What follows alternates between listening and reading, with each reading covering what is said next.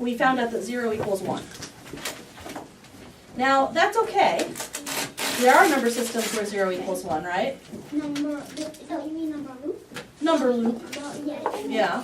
There are systems where it equals, it's a big loop and all the whole numbers end up being the same thing. You could even make all the numbers just be 0, but that's a very boring arithmetic. So if you cared, if you really wanted a number line where 100 was a different number than 22, then if you introduced something that made 0 equal to 1, it would destroy that system.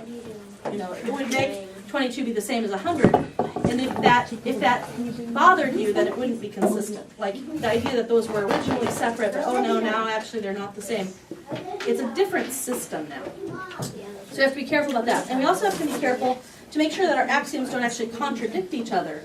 We don't want to say that we're assuming that this rule works all the time, but then when we check it out, it turns out if that rule worked, a whole bunch of other rules would not work anymore. That's what we want to make sure we don't do. We don't want to have some rules that contradict other rules. Like if you're playing a game and it says in this situation you're supposed to do this, but then you make up a new rule and that rule tells you to do something else, then you get confused about how to play the game, right?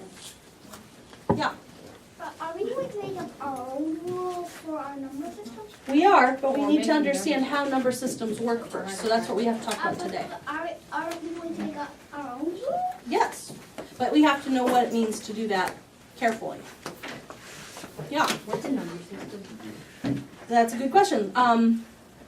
The real number system is are the real number lines and the operations of addition, subtraction, multiplication, and division, and certain properties that they have, and we're going to talk about that today. So that is what we're going to go over. Also, I wanted to back up a little bit.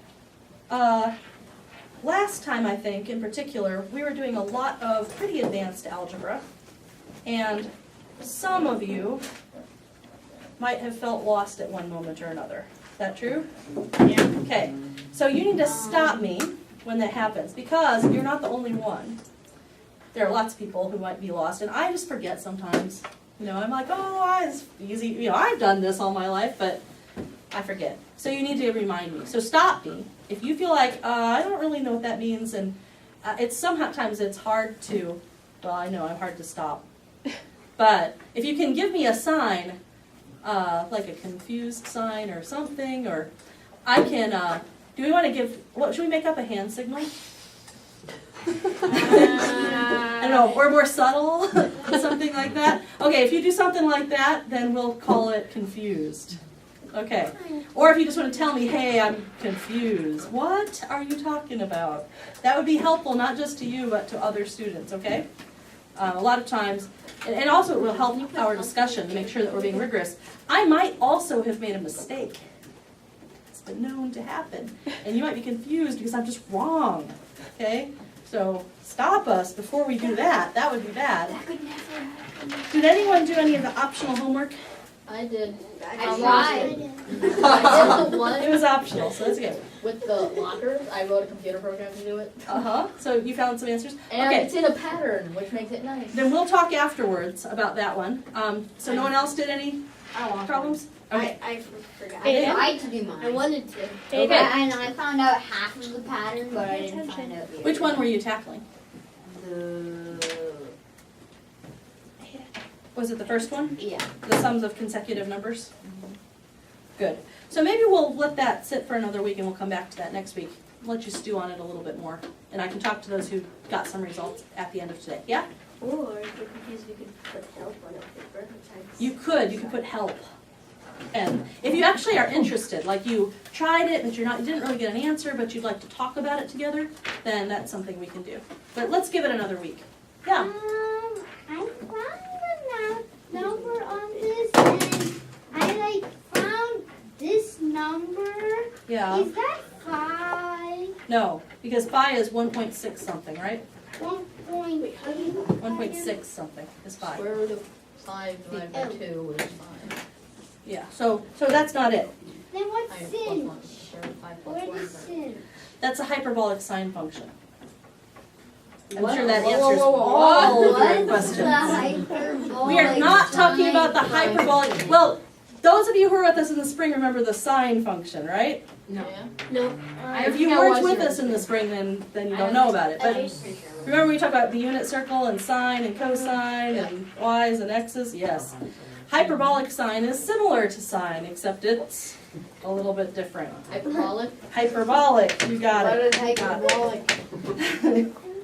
So we're not going to talk about it. Is one of these 5? Oh. No, none of them are phi. There's no button for it. Do You have to phi remember square the root formula or plus rewrite it. 1. Wait, what's the formula? So, what was the formula? It was 1 plus the square root of 5, all divided by 2. So you have to do 1 plus the square root of 5, all divided by 2. That's what we found last Which is time. another way to, you guys can do. Okay, we are gonna Should I have a calculator? talk first about not right now. We're gonna talk first about number systems today. So, the real numbers, we have a real number line, right? And we usually write our real number system with this fancy R that has 2 bars on it. So, what things are true? What can you do with real numbers? You can add them. Okay. Things we can do. I'm gonna write that down. Things We can do with real numbers. We can do anything. With Well, are they real written? numbers. Well, if they're written on paper, Multiply. you can technically eat them. We can add. Multiply. Subtract. Or, you know, We can subtract. Okay, what else? Multiply. Square. Multiply. Find the factors of it. Divide. Now, squaring is a particular example of what? Multiplication. Multiplication. Well, Addition. squaring is one kind of power, right? Exponentiation, right? So we can exponentiate. There's a fine example. And find the roots. of This is a fine example of a nounified, verbified noun, or something like that, right? So we can exponentiate. And what else can we do? Find the roots. Roots. So we can The root. roots. I'm just gonna put roots. Find roots. Factors. What else can we do with real numbers? Find the factors of them. Find the factors in a way that's like finding The multiplication or addition. these things, right? So it's sort of related to that. What's interesting is that some of these build on others, right? Yeah. So, Multiplication is just a bunch of addition. uh-huh, And division is just subtraction. uh-huh. And subtraction Yeah. is actually the same thing as adding negatives. Yep. Yeah. And division is the same thing as multiplying by reciprocals, fractions, right? Like dividing by 3 is the same as multiplying by a third. Yeah. Or taking a half of something is the same as dividing it by 2, right? Exponentiation is the same as Multiplication over and over with this addition over and over. and finding roots. So I'm gonna. There's some rules. There's some things that are true when you're adding. So let's just talk about adding for a second. Addition properties. If you're adding a whole bunch of numbers,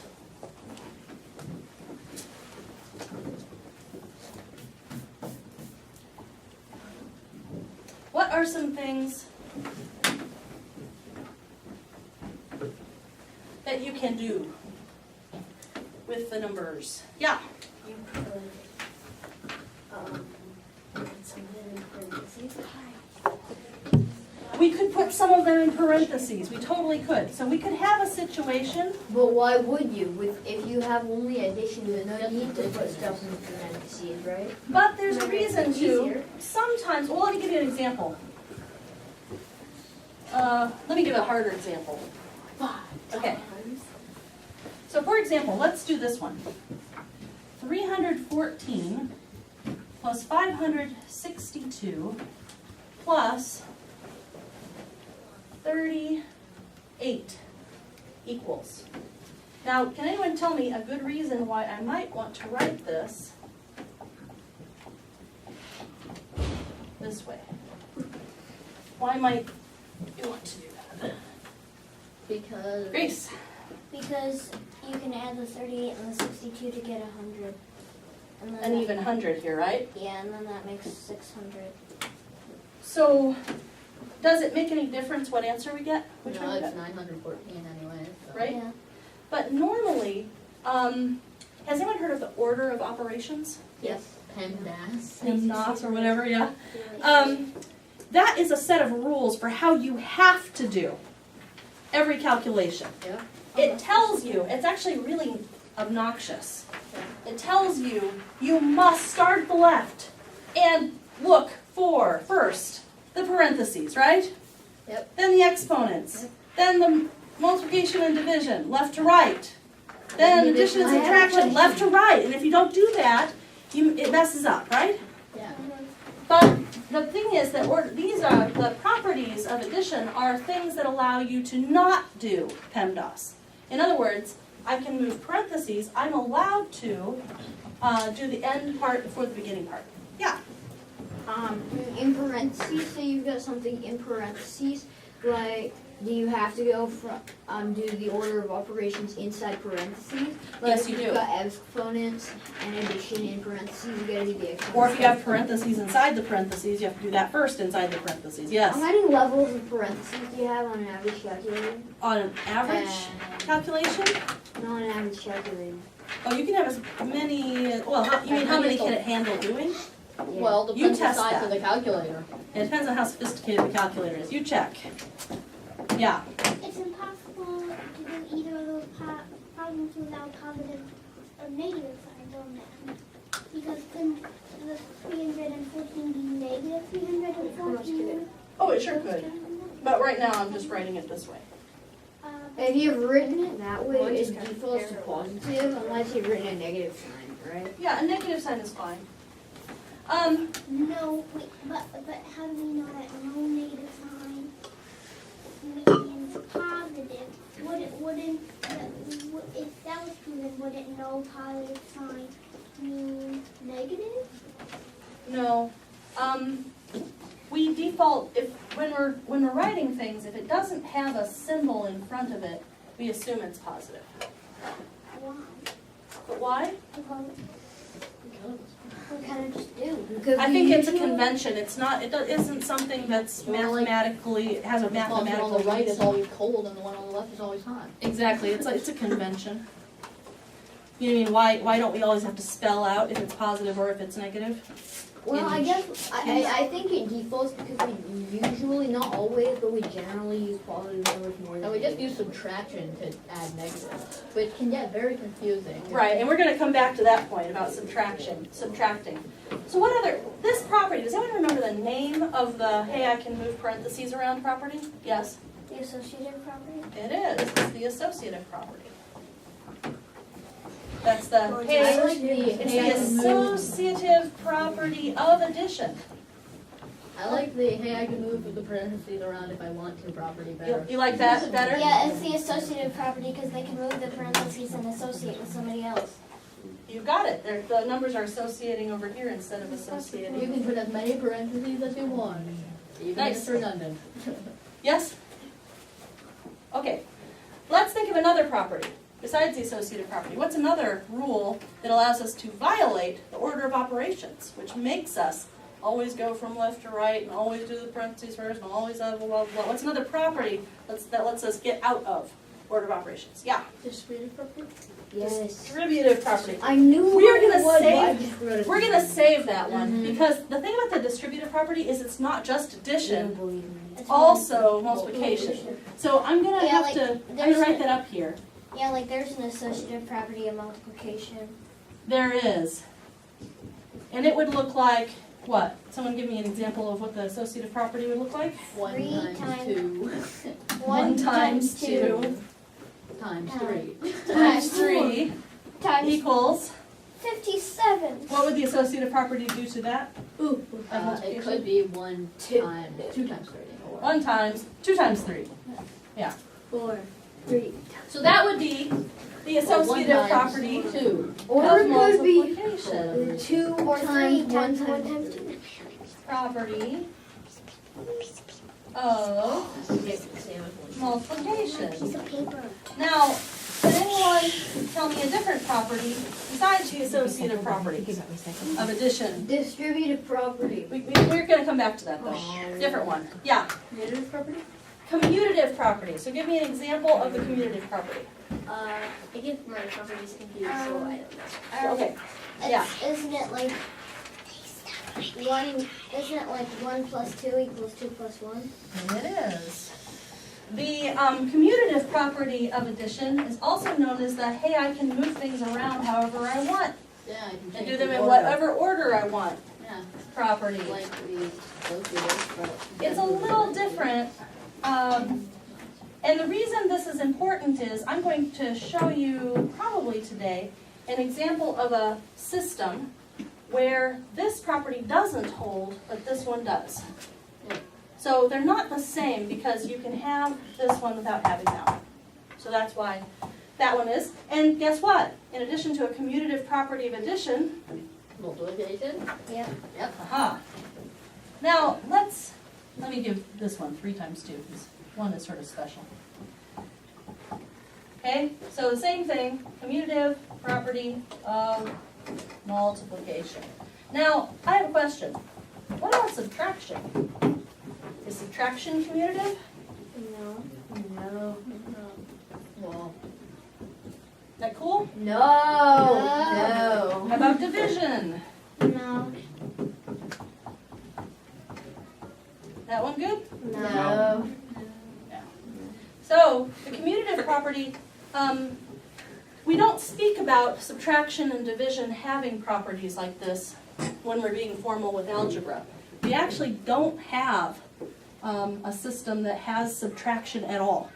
Subtraction, it's just adding negatives. it's just adding negatives. When we get to the algebra level, we treat subtraction as a shorthand for, hey, I'm going to add a negative. Plus minus is what the minus Plus a negative. That's true. It's really interesting but subtraction is not, it doesn't stand on its own. It doesn't have its own properties exactly. I mean, you could definitely talk about properties of subtraction.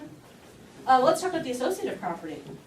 10 minus 8 minus 2, is that the same thing as 10 minus 8 minus 2? Is that true or false? That is true. What do we get up here? 10 minus 8 minus 2 is So this would be 0. 2 minus 2, which is 0. What would this one be? 10 minus 8. 6. Which yeah, is- yeah, 6. 4.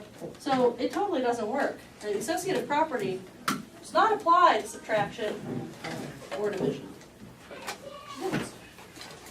So subtraction and division, they have properties, or you could make up some properties for them, but in algebra usually we don't bother. We just say, hey, subtraction just means plus adding a negative.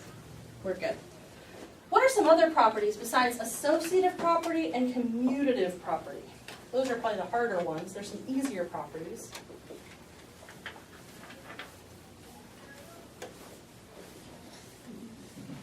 I don't really But they're know. so easy they might be obvious. The only ones I ever learned was distributive and associative. Yeah. Yeah. Identity property.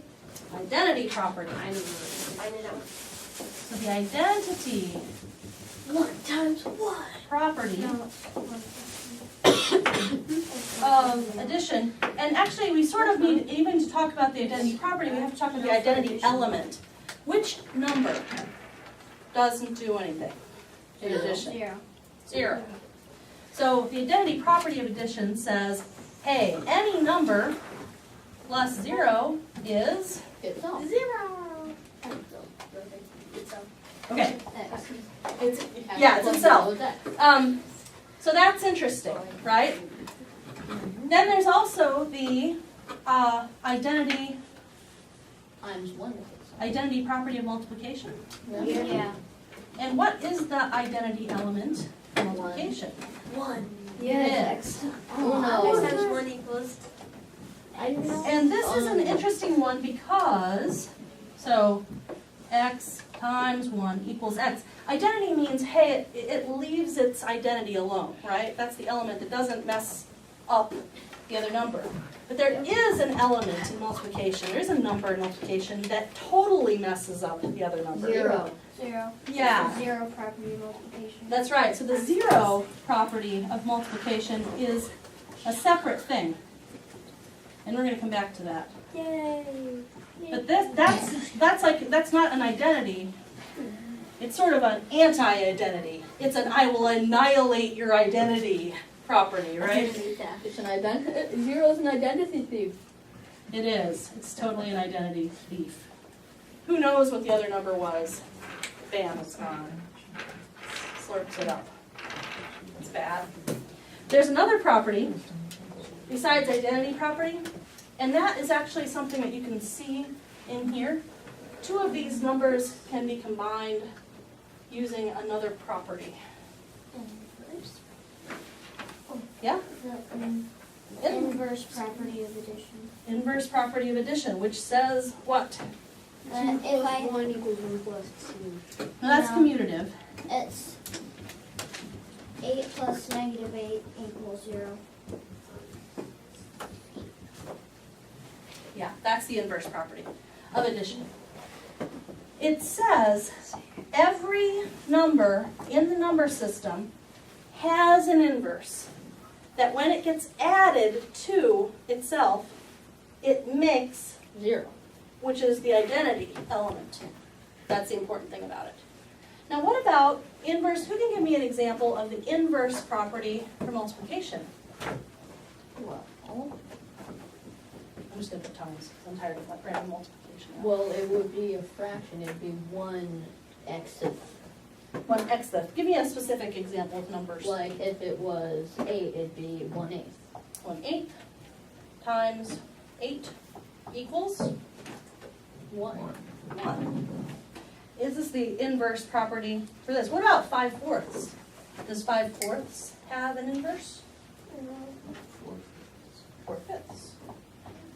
Does that equal 1? Can anyone prove to me that that equals 1?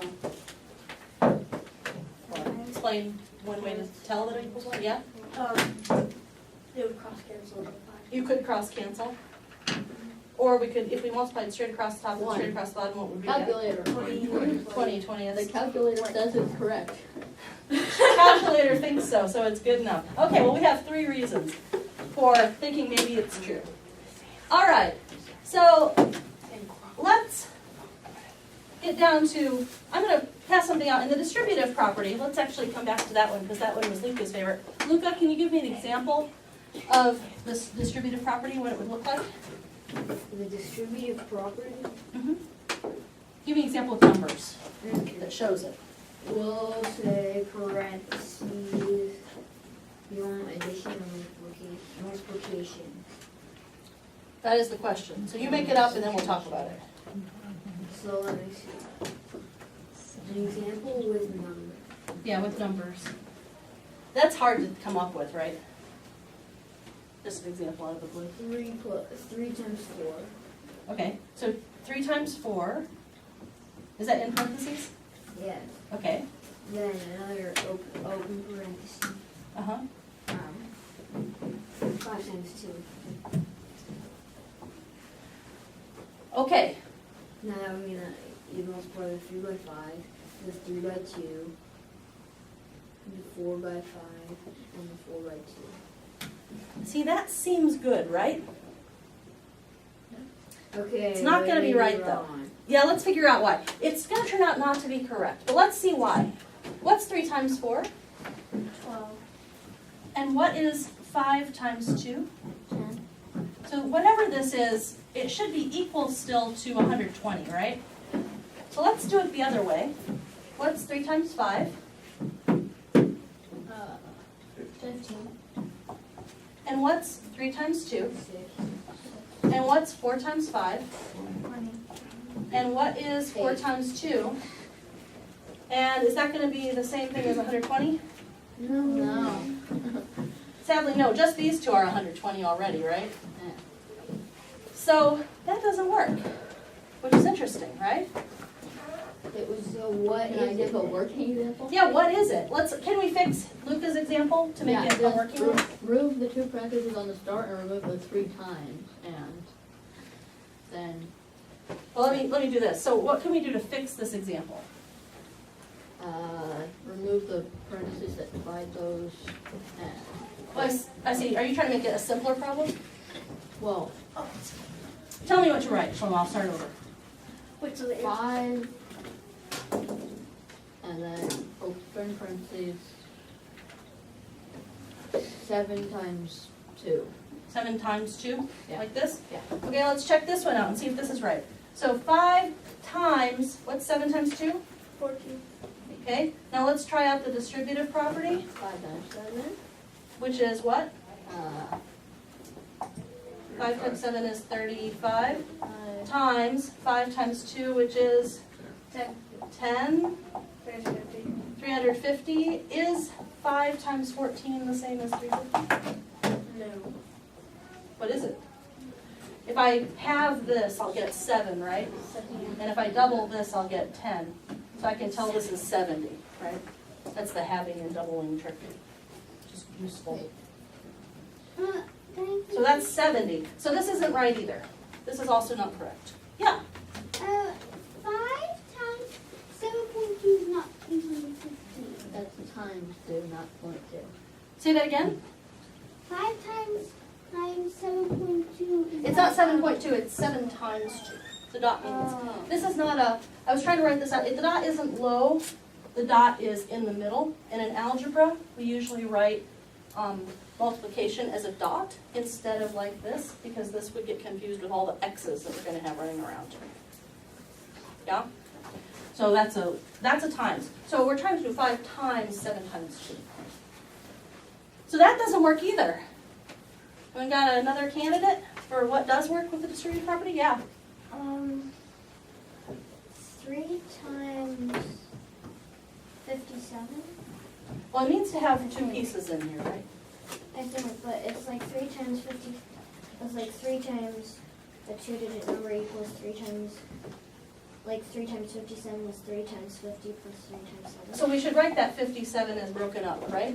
So we can do that. But it's 50 plus 7. Okay, so let's check this one out. Let's check it out. First of all, can anyone tell us what is 3 times 57? Yeah? 171. 171? Yeah. Okay, and now let's try the distributive property out and see if it works. So what's 3 times 50? 3 times 50? 3 times 50. 150. Yeah. What about, 21. It works! does that one work? 150 plus 21 is 171? Yeah. So this is the problem. It's not just the distributive property. It has a longer name. It's the distributive property of multiplication And addition? over addition. So you have to remember that for that distributive property, you can't use it if it's all multiplication.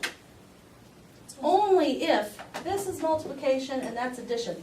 Let me fix up Luca's example, because Luca had a good one, but it needs this. Now it will work, so let's check it. So what is 3 plus 4? 7. And what is 5 plus 2? 7. And so that should be equal to? 49.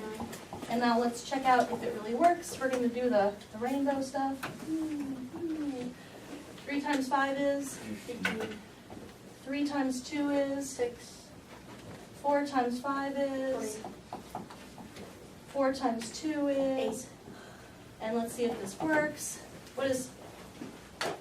Which numbers would you put together first if you were? 15 and 20. You'd put those together, get the nice 5s together? What is that? 35 plus, put the other two together? 41, and then plus 8 Is is that- 49. 49? Yay, that works, right? So that is the distributive property of multiplication over addition. We have to make sure we get both operations in there or it doesn't work. But actually, I'm really glad that we looked at that example, because that's a very common thing that comes up, and it's important in math to look at things that don't work and also things that do work and make sure that the rule that you think you know is really working. Like test it out. If you're ever not sure what that rule is, try it out with some numbers that are nice and see if it seems like it's working or not, right? Because you might, it's really easy with these properties to get them, especially the complicated ones like distributive property, to get them mixed up and to use them inappropriately. Let me give you an example of this that does use multiplication. So there's another distributive property, but it's not of multiplication over addition. Does anyone know what it is? Of what over what? Anyone got a guess? Yeah? Additional multiplication. So let's try it. Let me do 2 times 4. So is that equal to? So I guess we So do 3 plus 8. 3 plus first. 2, which would be what? 5. 5. And 3 plus 4 9. is, 3 plus 4 is 7. 7. So is 3 plus 8 equal to 5 times 7? No. Okay, so it's not of addition or multiplication. That doesn't work. Division over subtraction. Oh, let's try it. To be honest, that's a little bit tricky because division, normally we don't use division and subtraction, right, in algebra? Yeah. At all. But let's try it. Of division over subtraction. Oh, hey, just an idea. Could it be of exponents over multiplication? Yes, it is. And we're going to look at that in a second. Good guess. So, division over subtraction, so is going to be like this. Let's see here. Well, someone give me an example. What should it look like if we're going to do the distributive property of division? 12 divided by 2 minus 3. Sure. And what is 2 minus 3? Negative 1. That means that, what's 12 divided by negative 1? Negative 12. So we got that side. Let's check this side. So we're saying the distributive property goes like that, right? Yeah. So what's 12 divided by 2? 1. 12 divided by 2? 6. Minus, what's 12 divided by 3? 4. Okay, does it look like it's working out? No. Looks really bad, right? Okay, so it's not that. Okay, so let's try this one. The distributive property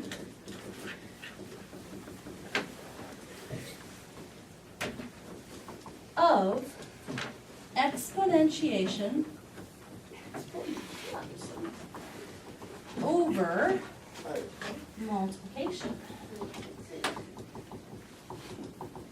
Someone give me an example of what we think it should look like, of a problem and how it should work. Not me. Not you. Okay, go ahead. Adrian? Mhm. 3 squared. 3 to the 453rd. 3 to the 453rd. I need multiplication in here somewhere, so where's the multiplication at? Yeah? Where is it? Don't think I. What? Do you have a problem? Okay, do you have a 3 to the. 5 times 7 to the third. And we need to have this, right? So that the third power Oh, yeah. applies to both. But yes, so parentheses. And the parentheses kind of come in the other case too. So what should this be? What will this be if we can distribute? And we have a hypothesis about what this will become after we distribute. Do you have a guess? No. A wild, crazy guess? No. Okay, Josh, you got a wild guess? Got one? 5 to the power of No? 3 times. 5 to the power of 3 times I found it. 7 to the power of 3. Let's check and see if it works. It should equal I know the to. answer. Everyone grab your calculators. What is 35? I don't have a calculator. Oh, 14,000. I We're using found the Josh. answer 375. 5.7. It says here 185.193. But remember, it's 5 times 7. It's not a decimal. I know, that keeps getting you. I know it's weird. 125. The answer would be Oh wait, 35 to the 214. third? 214,375. Oh, I'm so sorry. Say it one more time. 214,075. I found 375. 875, not Decided? 875. Oh, I'm sorry. It's 42. Or 214,875? No, it's right 42,875. Oh, okay, wait a minute. Are we getting different things? It's right here. I just put this back in my calculator and that's what I got. I got 42. 42. Is everyone agreeing about this? Yes. Yes. Okay. And now let's check the other side. What is 5 cubed? 125. 125. Yes. And what is 7 cubed? 343. Yes, it is. So now let's multiply those. I get 42875. Yay! It's always nice when something works out. Now, by the way, have we proven the distributive property using this? Yes. No, we Is this a just proof? made it probable that it works on We other things. we just found one example where it works, right? Yeah. And we picked weird enough numbers that we hope that it's generally true. Yeah. That's not good enough for algebra. Actually, with algebra, you need to prove that it's always going to work, right? We're being a little hand-waved with that. But that's what we're going to talk about when we get down to the axioms. We're going to talk about what things are we assuming and what things are we going to prove, and how can we be sure. So, but that is how that works. It seems to work out, is what this suggests, right? Seems good. So that distributive property is probably one of the trickiest ones, because you have to make sure of what over what, and in the order of those matters, and there are other things that sometimes distribute, so you have to be careful. Okay, let's go back and let's look at the field axioms. So Aiden keeps wanting to invent number systems, and if we're going to invent number systems, we have to understand what's legal and what's not, or how do you even know what's legal? Okay. Well, how did they figure out what was legal when they were inventing the Arabic system? Messing around, Are right? we gonna get arrested? Wow. Wait, so why can't we mess around? We totally can. That's the great thing about being mathematicians. However, there are rules. I mean, if you're going to invent a game, you have to make sure that the game is going to be interesting to play, and that it will be possible to play it. You know, if your rules, if your rules are every time it's John's turn, he has to stand up and turn around and then sit back down. But then there's another rule that says every time it's John's turn, if he stands up, he automatically loses and we have to destroy the game. Lovely. That would be a silly set of rules. Yeah. Because They disagree. they disagree. I mean, the one doesn't let him stand up, and the other one makes him stand up, and it doesn't go together, right? No matter what what. it is that John, whenever it's John's turn, Everybody John run goes away. to the board and pretends to be a chicken, and whenever it's Aiden's turn, or whenever it's Aiden's turn, then he's king of the board, and then whenever it's anyone else's turn, everyone else moves one square ahead, and then they land on the go back to the beginning square. That is And that's a very good example of a set of rules that don't go in the same game, right? Why not? Well, maybe they could, but you'd have to invent a set of rules that makes that possible. Yeah. Yes. Like all you have to do is. And that's what I'm worried about, Aiden, with yours. We have to make sure that we've got a game that makes sense and that can be played together. We can call that game the game of infinity because we play it over and over again. We need to. Because it never ends. Yeah. You all go back to the beginning. I just made one rule. Do I have to? Is this one? No, this is what we're going to talk about right now. So, let's look at this. Like my game. We're gonna read this together. This page. This is from. By the way, are you guys all feeling very mature? No. no. No. Did you want an honest answer or a lie?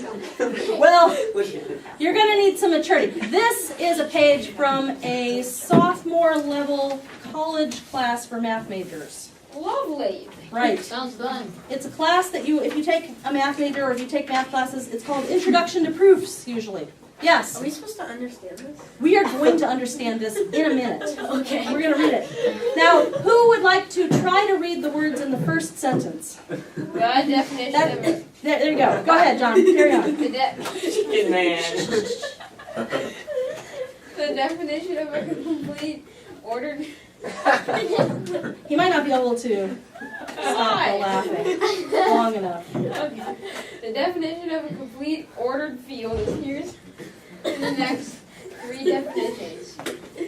Okay, your turn, That's Josh. the first sentence. Your In turn. Appendix A, we prove that there is a structure satisfying the definition of a complete ordered field and that the structure is unique. Okay, so stop right there. Whatever that means. So somewhere in the appendix, which isn't on here, they're going to prove that there is a they're going to prove that this is possible and that there's only one way to do it. This justifies our definition of the real number line. Right, that double fancy R bar thing with the real is a real number line. 1.15 definition field axiom. Okay, A set S with operations addition and multiplication and distinguished elements 0 and 1 is a field if the following properties hold for all x, y, z, something that looks sort of like an E. so let's look at this. I'm confused. So let's back up. A0. Wait, stop. No, stop. Luca, stop. Okay, you confused me.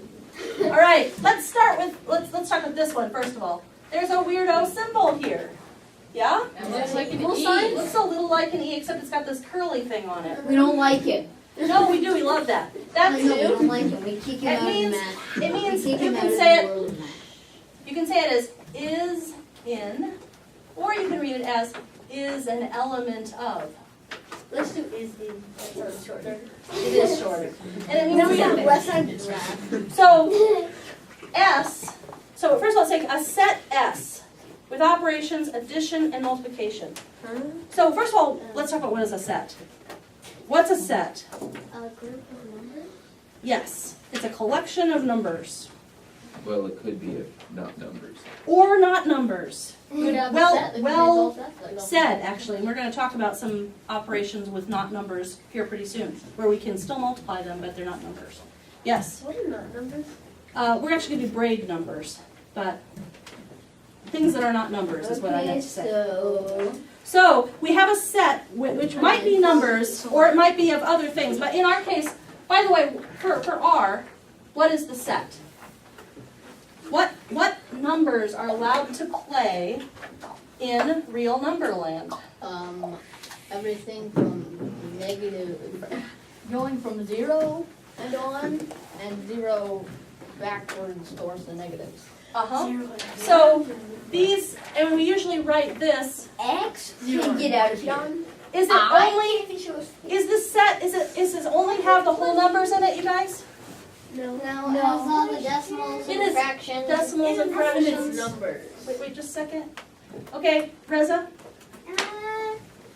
What are we exactly trying to figure out? We're trying to understand what this is saying, and it's talking about the set of numbers that are in the real numbers. So I'm asking, what numbers are in R? That is, what numbers are real? Yeah. Which ones I know are? some numbers that aren't. Okay, that's a good. 8 Wait, stop just a can't second. show his face around the real number line. So wait, pause with that a second. It's always a good idea to talk about things that aren't in your set, because that tells you, by contrast, what is. So, what was your example? H can't show his face in the real number. What's H H? is kicked out. H is a hallucinatory number. Yeah. Whatever that is. Whatever that is, and we will talk about And hallucinatory. I is an imaginary number. And I is an imaginary number, and for example, the square root of -1, right? Yeah, eyes and all. Cannot show its face. It's not allowed to play in the real number system. I feel bad for E. You have to have another number No, system E in is I allowed. to allow Well, imaginary numbers. you could also say this calculator is not in the real number system.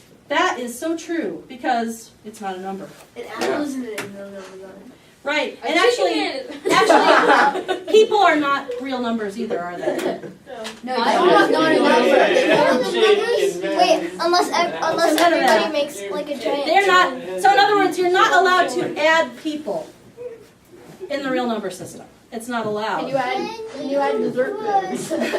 Can you add dessert? Yeah, 2,000 calorie dessert.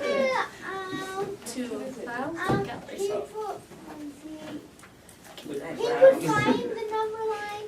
Is phi on the real number line, phi? Yeah. I deserve to. Where is it? It's between Somewhere. 1 and 2, actually slightly after 1/2. Yeah, it's like 1.6-ish. So phi is allowed to play. What about E? What about e? What's e again? I know what E is. What is it? MC squared. Where is it? E is 2.718281882. Wait a minute. 2.7 something. I'm sorry. So it's allowed to play. Any other numbers that are allowed to play? Yeah. Don't trust the last two. MC. No, it's trustworthy. E equals mc squared. Yeah. Is an equation a number? Is the whole equation Nope. something that can be put on the number line? No. No, but the answer to the equation is. But the answer to the equation E Wait, what's might the be a answer? real number. Well, E would be a real number, M would be a real number, and C would be a real number, right? So the numbers you plug in there are real numbers, but the equation itself is not something that goes on the real number line. It's not in the set. Even though it's something we play with, it's not something you would add or multiply. At least not in this number system. There are times when we multiply functions and add functions. Yes? But couldn't we make it part of a different number line? I mean, number system? Yes, but we are talking right now about this number system. That's where you have to be very specific. You can always invent another number system where you can do these things, but before we go off inventing number systems, we have to even know what it means to invent a number system and have one. So that's why we have to wait. So, to be honest, they're trying to be more general than R. So really, secretly, this S, for us, right now, it's R. Right? So we're saying X, Y, and Z are going to be what kind of things? Same as in the real numbers. They are. They are going to be real numbers. For all of these axioms, They can we're be- only talking about real numbers. That's what that sentence says. What we're looking for, it also said something about distinguished elements. Why do you think that 0 and 1 got to be distinguished elements? Because they're special. Because you can do like the identity properties. Identity properties, yes? They're special and more important than all the other numbers. They aren't prime or composite numbers. Special. That's true. But neither is phi. Neither is anything. But 0 and 1 are more special even than that. Okay? Is it because they need special attention? They do. They need special attention. You're exactly right. X, Y. So, what we're saying is there's a technical term in math. It's called a field. Your number system is really a field if all these crazy properties hold. Let's read them one at a time. I'm going to actually have you read the first one, A0. A0 is x plus y e And how do you read E? Because it's either this or this, so pick. is in Yeah, is in R. And every time we see S, we should really say R, right? so x plus y is in Now, what does that mean? You have no idea. If you add two numbers that are in there, it should also be in there. That's what it's saying. It's saying if you add this one and you add this one, no matter which two you pick, It's somewhere. the sum is somewhere on there. By the way, is infinity an element of R? No. No. Nope. No. Nope, it isn't. They're not, it's not in this number system. Okay? All right. X, well done, Autumn. Reza, read A1 on the sheet. A1. A1. Everyone look along. A1 is Oh, by the way, when you see parentheses around something, you should say the quantity. Whenever you see the first parentheses, you should say, when you're reading it out loud, you should say the quantity. Go ahead. A1 is parentheses. Wait, instead of saying parentheses, say Quantity. X plus y. So much more. and then when you get to the end of it, say end quantity. N quantity. You sound very sophisticated. Keep going. Y plus z equals x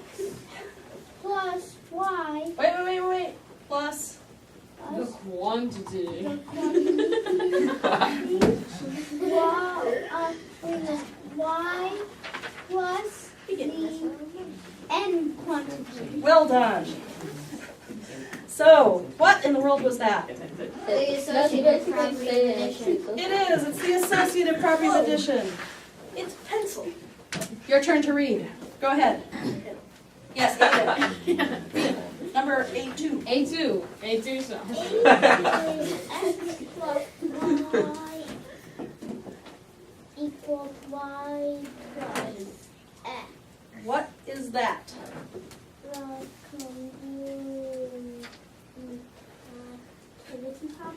Good job. Commutativity. And what does it say, basically, in lay person's terms? Like, what does it mean, the commutativity property? What does it mean about numbers? What are we allowed to do according to that property? Yeah. Turn addition equations around. Turn addition equations, expressions around, right? We're allowed to move the numbers around. You can move the numbers around when you're adding them. You can add them in whichever order you like. Yes? If we could move the numbers around, can we move the number line around? Oh, no. The number line doesn't get moved around. It's just that when you're adding, We're you copying can add it numbers either. off of the number The line. number line into an addition, into an addition problem, could we move it around? You mean you want the number line itself to be an element of a number system, not the numbers on it to be an element of the number No, system? we want it to be an addition problem, so we can mix it up. So you'll have the addition problems involving the real number line and the imaginary number line and the hallucinatory number line, and when you multiply them, Now we're going to turn the number line into an addition problem, so we can move it around and then take away all the pluses, so it's totally mixed up. In my head right now. right. That isn't how addition usually works. Okay, Can but we do that? as long as you can write the axioms down and make sense of it, I'll allow it. Okay. But the axioms are already written down. No, this axiom is not allowing that. This axiom only allows real numbers Then to we'll be just added make in the different order. actual rule that prohibit it. Oh, well, so you'd have to change the number system, but not yet.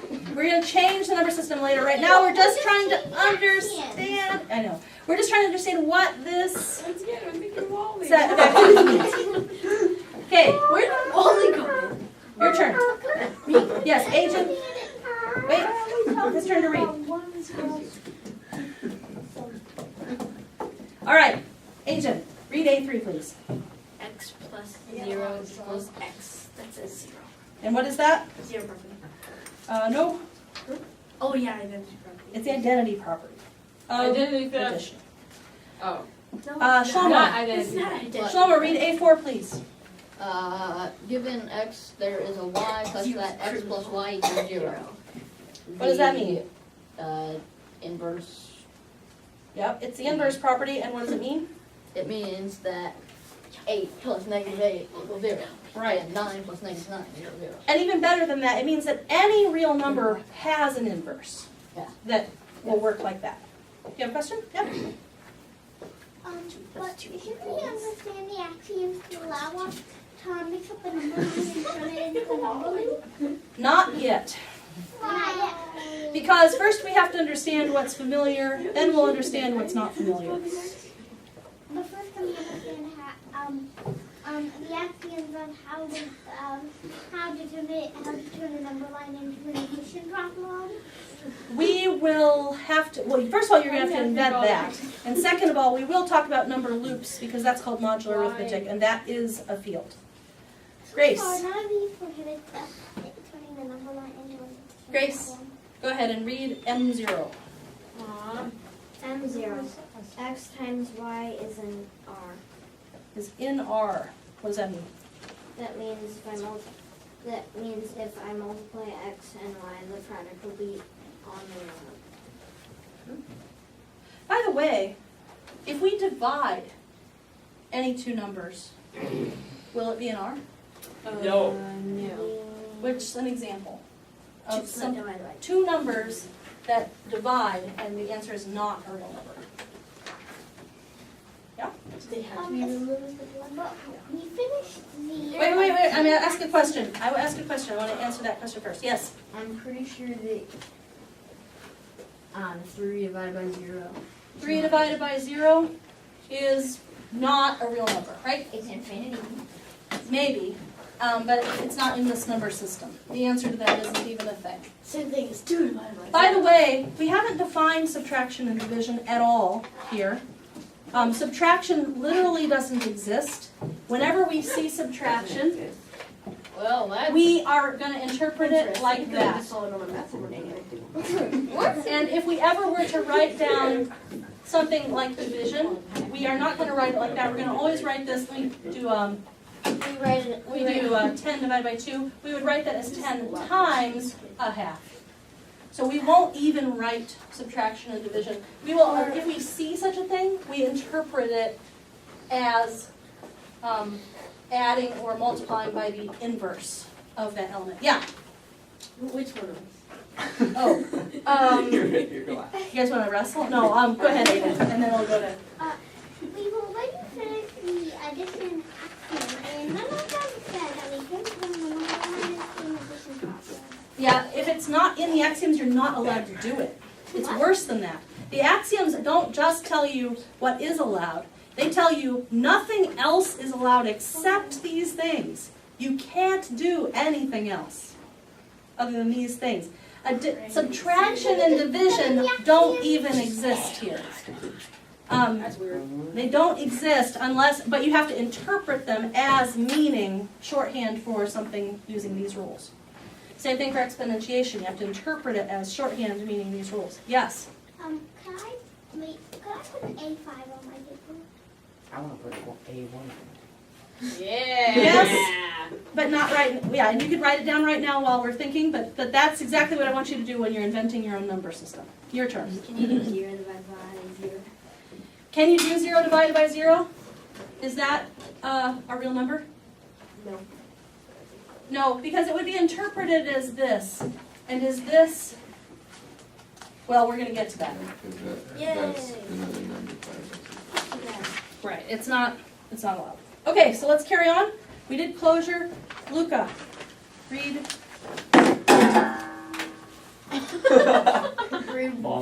The operation plus switch. So M1. M1. X. But X. Luca, wait. It's got parentheses. M1, I think it's M0. I'm sorry, M1. M1. The quantity x times y and quantity times z equals x times the quantity y times z and quantity. Well done. Okay. What is that? What property is that? The associative property. Yeah, it's the hey, I'm allowed to move parentheses around property. Your turn. X times y equals y times x. And that is the Commutative. property. And what does that mean? It means that, like, if you take a number of times, like, you can change the numbers around. It's like. You got it. Okay. Josh, your turn. M3. 3. X.1 equals X. Oh, it's not a point though. It is a. Yeah. Oh, Don't you remember? The thing is, it's not written down low. Josh, it's not written down low, even though that's what we're used to. It's written up high, right? So as not to be mixed up with the x. They don't write it with the times. Yeah. Times. Dot is times. So yes, x times 1 equals x. And what does that mean, Josh? What does that mean? What is it talking about? Josh? What does x times 1 equal x? Like, what does that mean? What does that rule mean? Put a number in for x. 5. 5 times 1 is 5. 1,000 times 1 I did is. it. That's what it means. It's a thing. Identity property. The identity property. Yeah. Property. It is. It's a property. Yes. Identity. It's your. My identity is Not yet. John. You can write it down. No, it's not a chicken bite. John, you get to read M4. Chicken thing. If If X He's got a turn. weird symbol. Oh, this symbol is the not equal to symbol. Awesome. Oh. If X is not equal to 0, there is a Y that such that X times Y equals 1. What in the world is that talking about? I'm The inverse property of multiplication. So what does It that kind of mean? says what the property is off 2 to the plus right 2 of it. equals- So look at it. X, it's talking about if X is not equal to 0, there is a Y such that X times Y equals 1. Give me an example of that property. I live in a two. So give me two numbers that multiply to 1, for example. Give me two numbers that multiply to 1. 1 times 1. For example, give me another example. 2 times 2. I mean, no. Dang, damn it. 2 times 1 what? times 1, yeah. 2. 2 times what? Equals 1. 1. One half. That's 1. Two times a half. 1. I want the answer to be 1, so 2 times. One half. And what about negative 3 halves? What do I have to multiply that one by? Negative 2/3, because a negative turns a negative, ends up being positive, and so that's 1. So, now why does it say if x is not equal to 0? What's that about? Because X is never equal to 0. Because if you multiply 0 by anything that's going to be 0, it can never be 1. Well, what if x were 0? Yeah, is there anything we can multiply that by so that 0 times something or another is 1? No. Nope. It wouldn't be in the set of real I mean, does numbers that work? because it would be 1, 0. No. Yeah, so that doesn't work. So that's why they had to, when they wrote the rules, this is important to pay attention, Aiden. If you're inventing your own number system, sometimes you have to be careful in your rules that this rule only applies to certain numbers. It doesn't apply to other numbers. So you have to spell that out. Good. Your turn. You can read a DL. You land 16? Why did it say D? No. Who is this for delta? X times the quantity y plus z and quantity equals x times y plus z times z. Or yeah. And that's actually not just, they wrote it the short way. They said distributive law, but it's really the distributive law of multiplication over addition. Yeah. And we talked about that. So, let's keep reading. Reza, do you have a comment before we read? Quick one? We gotta keep reading. We're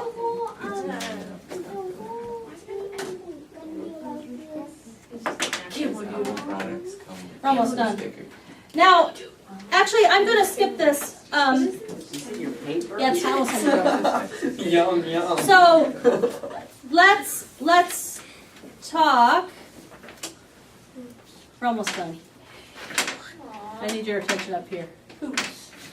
Okay, so if you're going to invent a number system, you have to come up with a set of rules that are going to apply. You have to say what things, what elements are in there. Are they numbers? Are they braids? I will mention, we're going to do more with braids next time, but a braid might look like this. These are trying to draw strings. And here's another braid.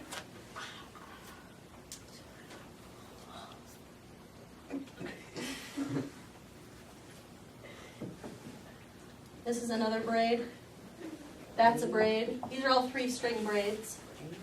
And you can multiply braids. And the rule for multiplying braids is hanging one braid under another. So if I have the braids this, and I multiply it by